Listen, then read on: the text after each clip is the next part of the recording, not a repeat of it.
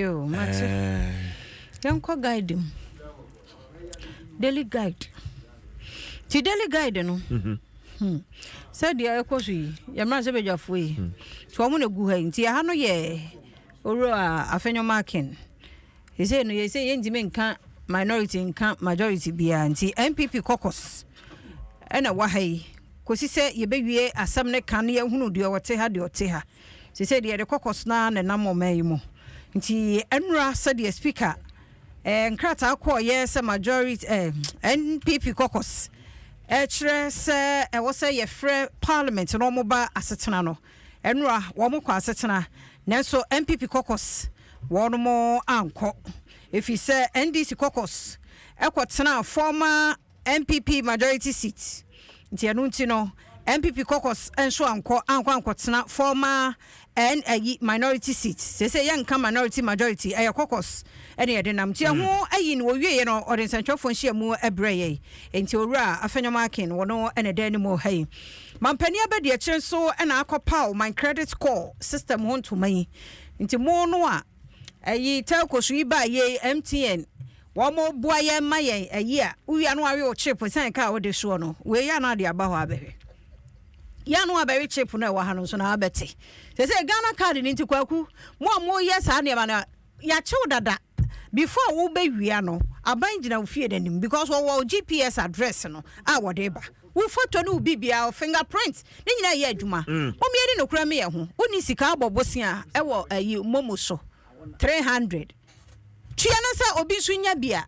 osimi ntua ye wo kan wa we chip no yes and you sika ye mfa another line so me na edi sentence wo ka chem say ma me mfa so me say ho na me de befa adana me ntua mamo nyesa delegate obokrata no enu ayakopa o my credit score system no hontuma wo pay 3 no so ha and speaker NDC on war pass Rafael Markins na kasa asemi nti e no so ehu asem konongo de na nipa mienu enso afri monya say the speed traffic na achie they say with the traffic na car kese akura du ho na yam hyehyew erade hu ya mobo erade hu ya mobo onye mfiri esan mu onye mfiri mu suo ne nkwanhia ne atorenche mu oh erade daily guide anti graphic and so or the year ora afenyo marking samna saba was we demonstrate true statesmanship afenyo marking tell speaker nti ano so ehu asem nti say make us a parliament ya join yenim join no da be ye ombeba ba betna se ye man pani abedi e chenso na dan mu hai my credit scores unveil and also ehu asem oni na constituency watch no daily graphic na ebu say can MPP take over KEA seat inti eno so KEA e ho na ayi ko no ofosu kwa cha na faso fa kwa cho ofosu e ho no afi e be yiro afi abra asebu anye KEA o debi yeah KEA Professor Samuel okay ti eno question obisa no ba 22 to 27 daily graphic the Bokrata no de aba em say papers ni nyina de enura de course mahyebeje fie mu ni ade no e na abanti no me de foforo bi ba the new publisher mu a mame Esla Ekufu enso ene abona abasoe kanini abasobodi e course obi ya de amana na boss so wo ma clear 384 million debt ka bia no wo de mayiri nyina de free ho nti eno no ene sansam no ana wo de Bokrata no emu a